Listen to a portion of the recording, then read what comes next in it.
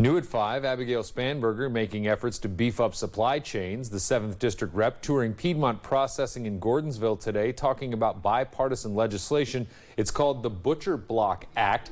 The goal is to rebalance the cattle market by easing challenges from the pandemic. Under the act, the USDA would create a loan program with $100 million to support meat processors. Spanberger says the money could help small processors expand, eliminate bottlenecks in the food supply chain, and support supply chain infrastructure overall. But that's not all. What this loan program does is it removes that risk from the lending institution. They're not the ones now questioning, how risky it may or may not be, because ultimately it's USDA that is saying we are backing these producers because we believe that localized processing is important.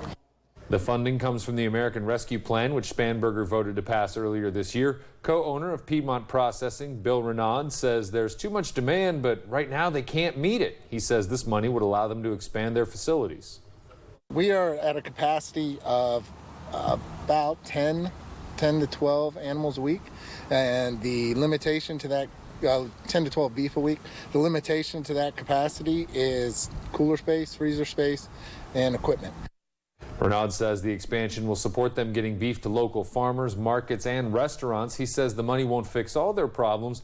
They're working on being able to resell beef anywhere throughout the state, which would also expand their markets.